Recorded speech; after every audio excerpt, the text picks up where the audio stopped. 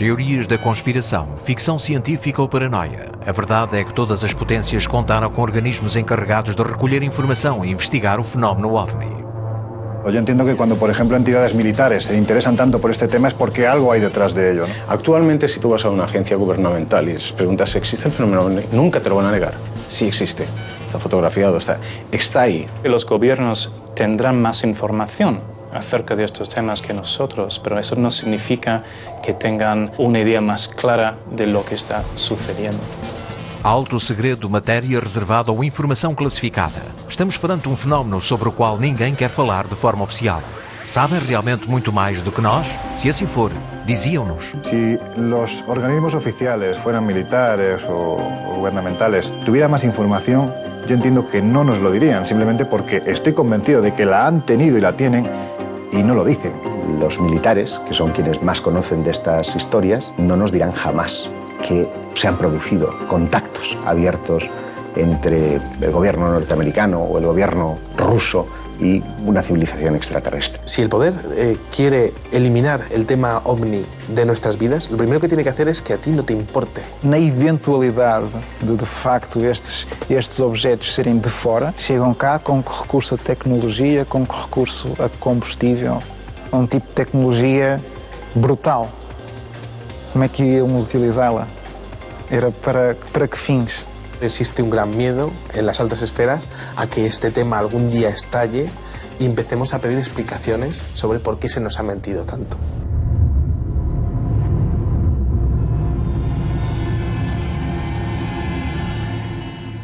Em meados dos anos 1970, o ser humano, já capaz de dar pequenos saltos no espaço, viu-se preparado para encarar a procura de vida noutros planetas. As sondas Mariner e Viking foram as primeiras a aproximar-se da órbita de Marte e a atingir a sua superfície.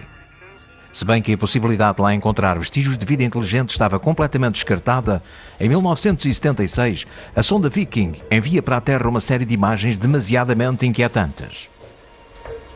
Donde aparentemente surgen una suerte de canales, varias estructuras con forma piramidal de un tamaño evidentemente gigantesco.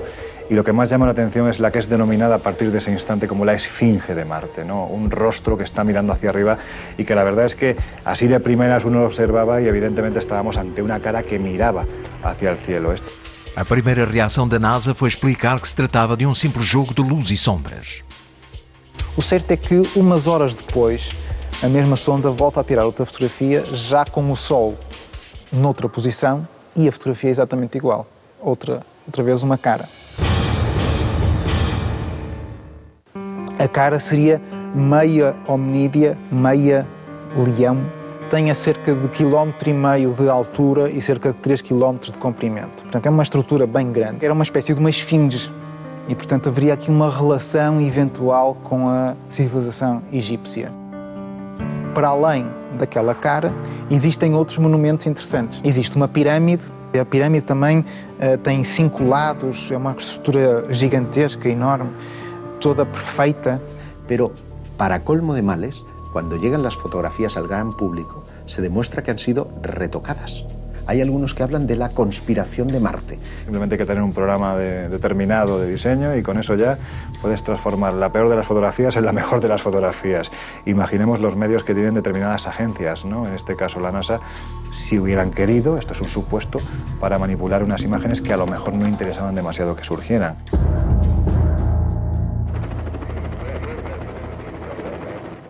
Em 1984, uma expedição científica chega à Antártida para recolher amostras de meteoritos. A solidão e as condições do continente gelado conservaram-nos intactos. Esta rocha converter-se-ia pouco depois na peça-chave sobre as investigações em Marte. Pesa quase 2 kg e é conhecida como ALH. Em 1996, a NASA apresentou à imprensa com um meteorito marciano com marcas fósseis de certos seres vivos. Desde então, este aerólito e outros recolhidos em várias partes do globo originaram um debate aceso na comunidade científica sobre estarmos sós ou não perante a prova definitiva de que em Marte também houve um momento em que houve vida.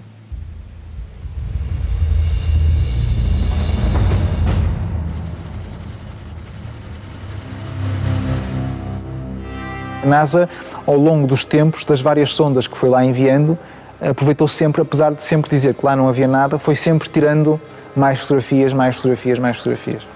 Mas sempre descredibilizando. ¿No? Pero fíjate qué curioso.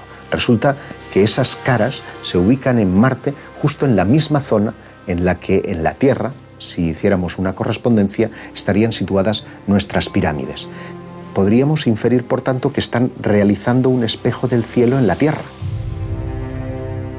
Algunas de esas construcciones tenían diferentes ángulos rectos y tenían diferentes proporciones entre sí que eran lógicas. O sea, como si fuesen las ruinas de una antigua ciudad. Lo que puede haber habido ahí es algo que se nos escapa. Ahora, vestigios de otro tiempo hay. Como se nos quisesse dizer alguma coisa, a cara de Sidónia parece estar a olhar diretamente para o nosso planeta. Esa cara puede ser un retrato de un ser humano o un retrato de un homínido dando dos posibles mensajes. Una, estamos muy cerca, tan cerca como para recrearos. Segundo, un homínido. Nosotros, a lo mejor podría ser una fotografía de un homínido al que intervenimos en el pasado para crearos a vosotros. Se as imagens obtidas pela sonda Viking sobre a região da Sidónia mostram realmente as ruínas de uma civilização extinta, encontramos-nos perante a possível resposta a um dos maiores dilemas da humanidade. Posiblemente Marte, antes de ser ese planeta asesinado por una colisión meteórica que devastó parte de su casquete norte, pudo albergar vida y pudo albergar una vida desarrollada tecnológicamente. ¿Podríamos venir de esa misma civilización? ¿Seríamos, por lo tanto, hijos de los marcianos? Desconhecemos qual seria o impacto sobre a população se alguma destas teorias se chegasse a confirmar. Por isso, para qualquer governo, uma descoberta desta envergadura seria tratada sem qualquer dúvida como matéria reservada. Si los científicos supieran algo que nosotros no sabemos todavía, tardarían un tiempo por lo menos en contárnoslo.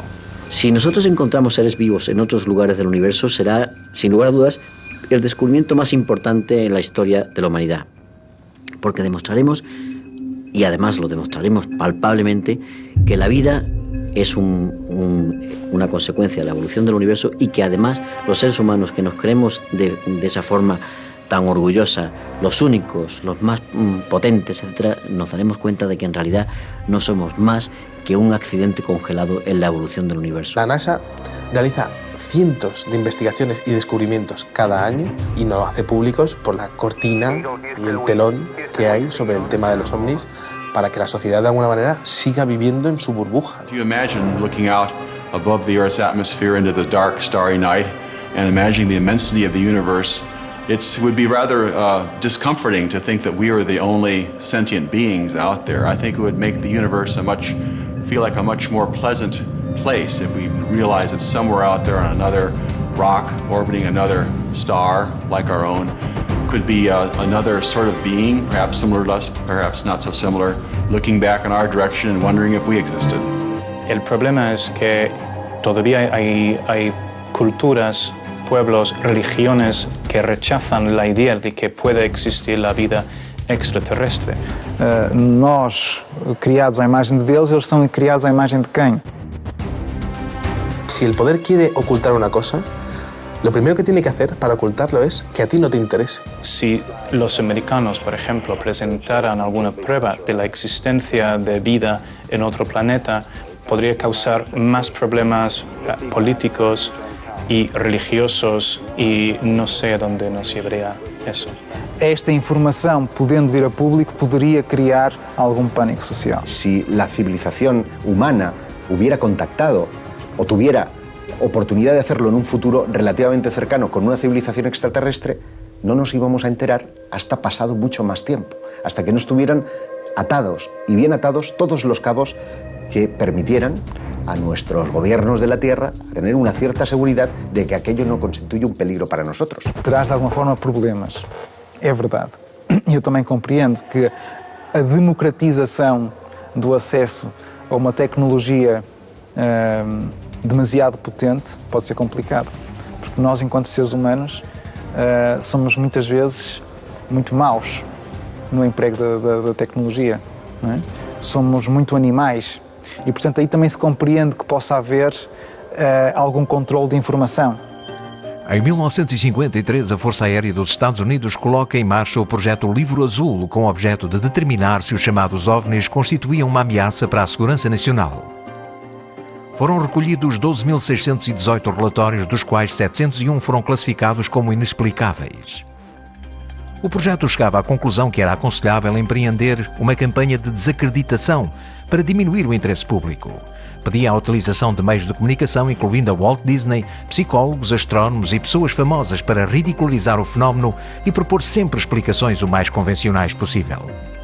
Para muitos investigadores, são estas as bases da política da Força Aérea, não só depois do relatório do projeto Blue Book, mas também na atualidade. Una de las conclusiones a las que llegan es que deben ocultar la información, desprestigiarla, desmentirla, hacer una campaña desinformativa que lleve al público a hablar cada vez menos acerca de los ovnis.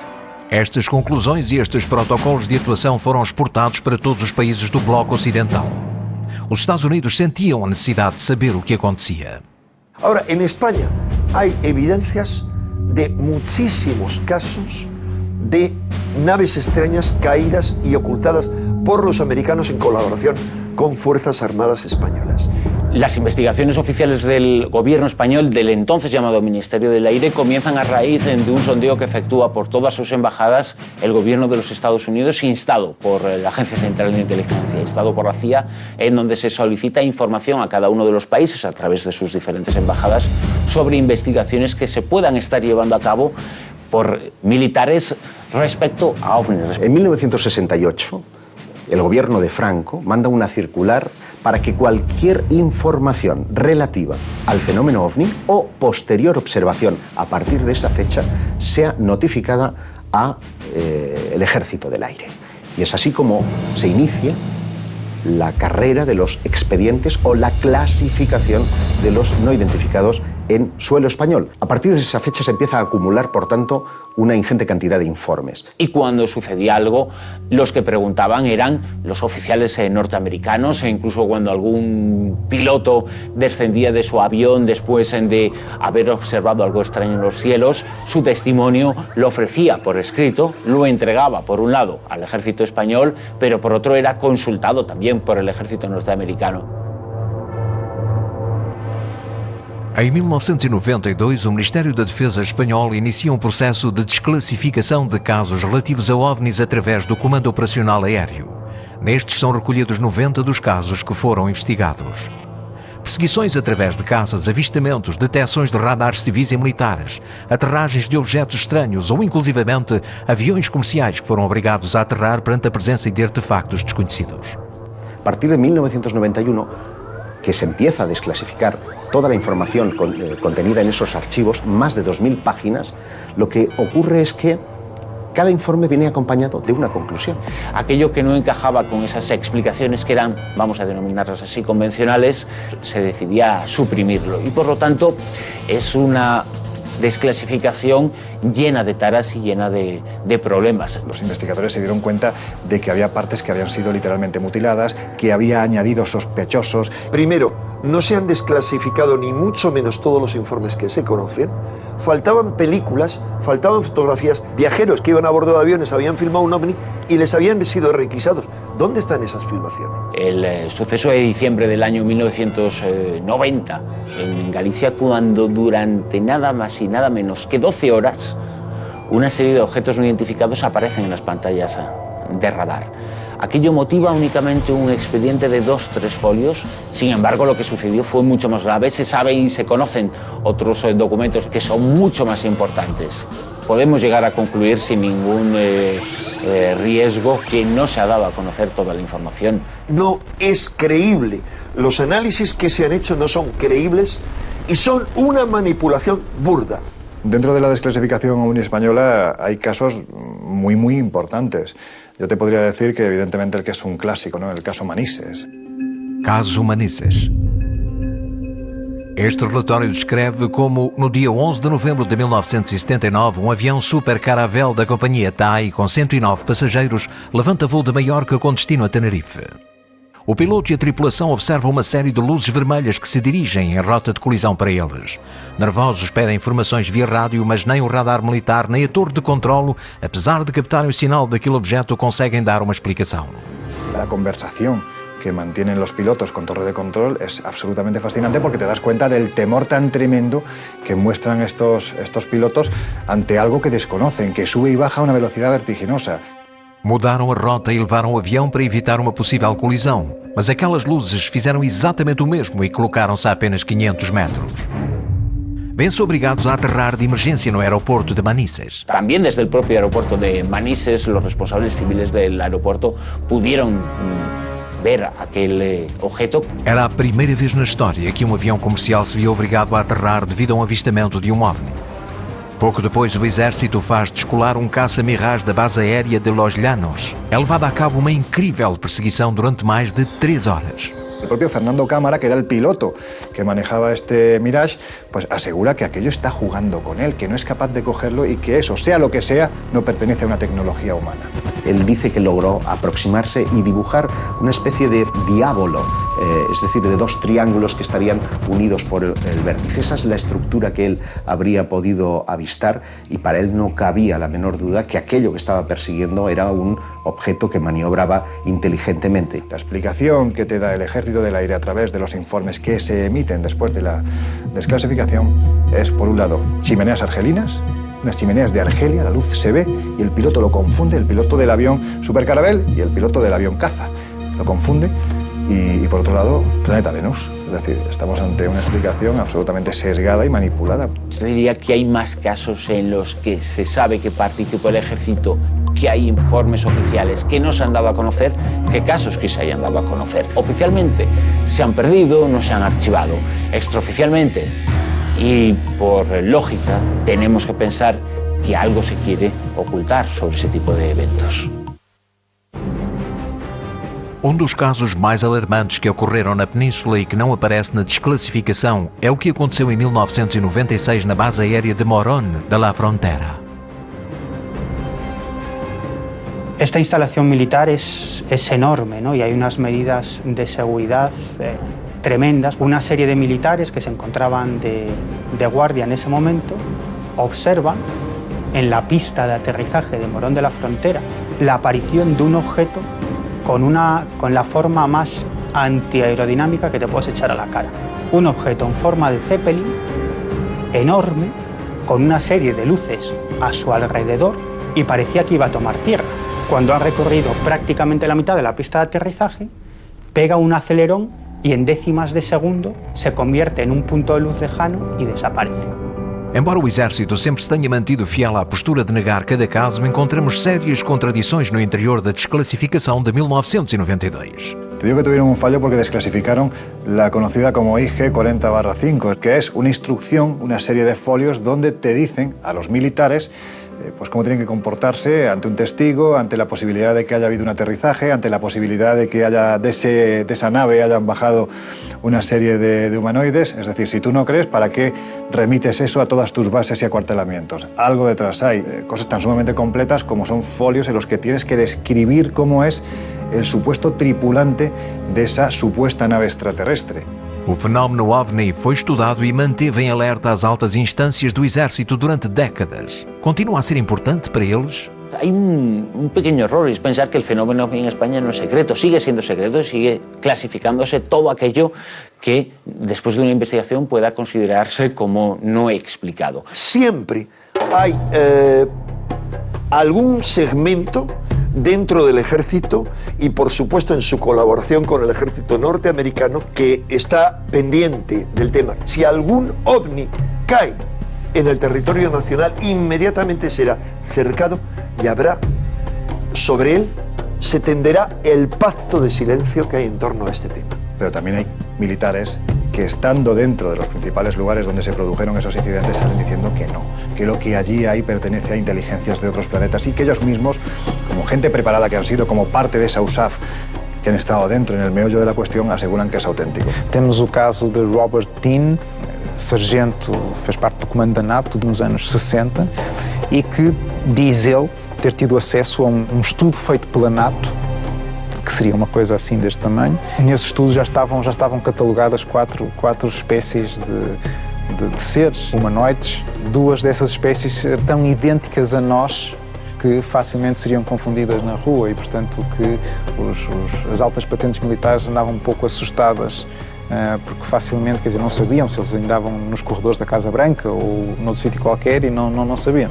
O certo é que nunca ninguém disse que ele não estava a falar a verdade. Eles temos um outro caso, que é o sargento Clifford Stone, também afirma ter estado envolvido numa equipa especial de recuperação de destroços de OVNIs e que havia uma equipa específica para tratar desse tipo de casos. Eles imediatamente sabiam onde havia caído e ia lá uma equipa isolar o local, tentar recuperar tudo o que havia, fossem seres, fossem só bocados de material. E sim, ele afirma que sim, que viu cadáveres de seres, viu seres ainda vivos de algumas recuperações que fez. Es posible que haya alguien en el gobierno que tenga una idea más clara que nosotros, pero no significa que el gobierno en sí sepa lo que está ocurriendo en el mundo, si algo está pasando. O certo é que uma biografia de Clinton, em que ele afirma que, quando esteve candidato à presidência, havia duas coisas que queria saber mal chegasse à Casa Branca: quem matou Kennedy e se os OVNIs eram reais. Mas infelizmente nunca soube nenhuma das respostas. Todo esto pertenece a la gran cortina de humo que hay detrás del fenómeno OVNI. Es decir, los gobiernos, los militares, los ejércitos del mundo tienen cada uno cientos, miles de documentos con investigaciones muy explícitas y muy claras sobre el fenómeno OVNI. La cuestión es que cuando se produce un avistamiento y entra inmediatamente en acción un cuerpo militar para ver qué es lo que ha ocurrido, esa información por sistemas se clasifica como materia reservada. Pasa por ser el tema tabú de todos los gobiernos. Todos como que pasan por encima, nadie habla, nadie comenta nada, ¿no? Pero está ahí. Diferentes governos, agências de informação e centros espaciais destinaram orçamentos e desenvolveram investigações com a intenção de saber mais sobre o fenómeno OVNI. Por que investir tantos esforços num fenómeno do qual asseguram nada saber? E, sobretudo, por que razão aquilo que seria a maior descoberta da história da humanidade continua hoje a ser considerada matéria reservada? Se estamos realmente a ser visitados por algum tipo de inteligência exterior ao nosso planeta, há sem dúvida governos e estamentos militares que já sabem a resposta. Os processos de desclassificação da informação secreta revelaram centenas de casos em que o Exército se viu envolvido em perseguições, contactos e acidentes aos quais continuamos a chamar não identificados. Imagens surpreendentes obtidas sobre a superfície de Marte, bases militares em estado de alerta, caças e aviões de passageiros obrigados a aterrar. Estamos preparados para saber toda a verdade?